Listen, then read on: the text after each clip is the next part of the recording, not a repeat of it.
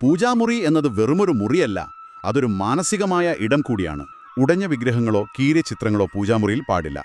ഇത് വീട്ടിൽ negative energy ഉണ്ടാക്കുമെന്നാണ് ആ ഉറവിടത്തിൽ പറയുന്നത്.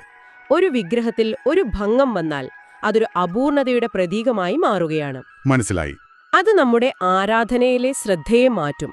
പ്രാർത്ഥിക്കുമ്പോൾ നമ്മുടെ മനസ്സിലേക്ക് ആ വിഗ്രഹത്തിന്റെ പൂർണ്ണ രൂപത്തിനു പകരം അതിന്റെ ആ പൊട്ടിയ ഭാഗമായിരിക്കും വരുന്നത്. ശരിയാണ്. അപ്പോൾ ഭക്തിക്ക് പകരം ഒരുതരം അസ്വസ്ഥതയോ ഒരു വിഷമമോ മനസ്സിൽ വരാം, അല്ലേ? ഇതൊരു മനഃശാസ്ത്രപരമായ തടസ്സമാണ്. അതാണ്, കൃത്യമായി പറഞ്ഞാൽ അതാണ്. അത് ആരാധനയുടെ ആ ഒഴുക്കിനെ തടസ്സപ്പെടുത്തുന്നു. ഇനി ഇത്തരം വസ്തുക്കൾ എന്ത് ചെയ്യണം എന്നതിലും ഈ ബഹുമാനം കാണാം.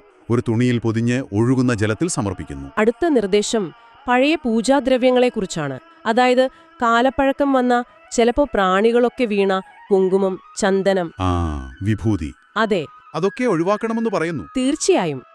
നമ്മൾ ഈശ്വരനെ സമർപ്പിക്കുന്ന ഓരോന്നും ഏറ്റവും മികച്ചതും ശുദ്ധവുമായിരിക്കണം. വാടിയ പൂക്കൾ നമ്മൾ കൊടുക്കാറില്ലല്ലോ. ഇല്ല. അതുപോലെ തന്നെയാണ് ഇതും. പ്രാണികൾ വീണതോ കട്ടപിടിച്ചതോ ആയ വസ്തുക്കൾ ഒരുതരം അശുദ്ധിയാണ്. അത് സമർപ്പിക്കുന്നത് അനാദരവാണ്. വിളക്ക്, കിണ്ടി, തളികകൾ അതൊക്കെ എപ്പോഴും വൃത്തിയായിരിക്കണം. തുരുമ്പും അഴുക്കും എന്തിന്റെ ചിഹ്നമാണ്? അവഗണനയുടെ, ജീർണതയുടെ. നമ്മുടെ പൂജാമുറിയിലെ പാത്രങ്ങൾ തുരുമ്പെടുത്തിട്ടുണ്ടെങ്കിൽ അതിന്റെ അർത്ഥം നമ്മൾ ആ ഇടത്തിന് വേണ്ട ശ്രദ്ധ കൊടുക്കുന്നില്ല എന്നാണ്. ഐശ്വര്യം വരേണ്ട ഒരിടത്ത് ജീർണതയുടെ പ്രതീകങ്ങൾക്ക് സ്ഥാനമില്ല. ഇരുമ്പ് കൊണ്ടുണ്ടാക്കിയ ഒരു വസ്തുവും പൂജാമുറിയിൽ പാടില്ല. ഇത് വീട്ടിൽ ദാരിദ്ര്യം ഉണ്ടാക്കുമെന്നാണ് പറയുന്നത്. എന്തുകൊണ്ടാണ് ഇരുമ്പിന് മാത്രം ഇങ്ങനൊരു വിലക്ക്? ഓരോ ലോഹത്തിനും അതിൻ്റെതായ ഗുണങ്ങളും ഊർജവും ഗ്രഹങ്ങളുമായുള്ള ബന്ധവും കൽപ്പിച്ചിട്ടുണ്ട്. സ്വർണം, വെള്ളി, ചെമ്പ്, ഓട് ഇതൊക്കെ ശുഭകരമാണ്. ശരി. എന്നാൽ ഇരുമ്പ് പലപ്പോഴും ബന്ധപ്പെടുത്തുന്നത് ശനിഗ്രഹവുമായാണ്. ജ്യോതിഷത്തിൽ ശനി എന്നത് കഠിനാധ്വാനത്തിന്റെയും തടസ്സങ്ങളുടെയും ഒക്കെ ഒരു കാരകനാണ്. ഇരുമ്പിന്റെ പ്രാണ സ്വഭാവം എന്താണ്? അത് തുരുമ്പെടുക്കും.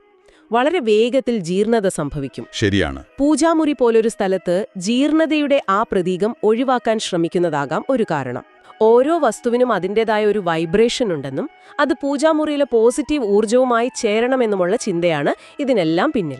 ഉടഞ്ഞ വിഗ്രഹങ്ങൾ അപൂർണത, പഴയ പൂജാദ്രവ്യങ്ങളും പാത്രങ്ങളും അശുദ്ധി, അവഗണന, ഇരുമ്പ്, നെഗറ്റീവ് ഊർജം, ഇവയെല്ലാം ഒഴിവാക്കുന്നതിലൂടെ പൂജാമുറിയിൽ മാത്രമല്ല നമ്മുടെ മനസ്സിലും ഒരു പോസിറ്റീവ് അന്തരീക്ഷമുണ്ടാക്കുകയാണ് ലക്ഷ്യം.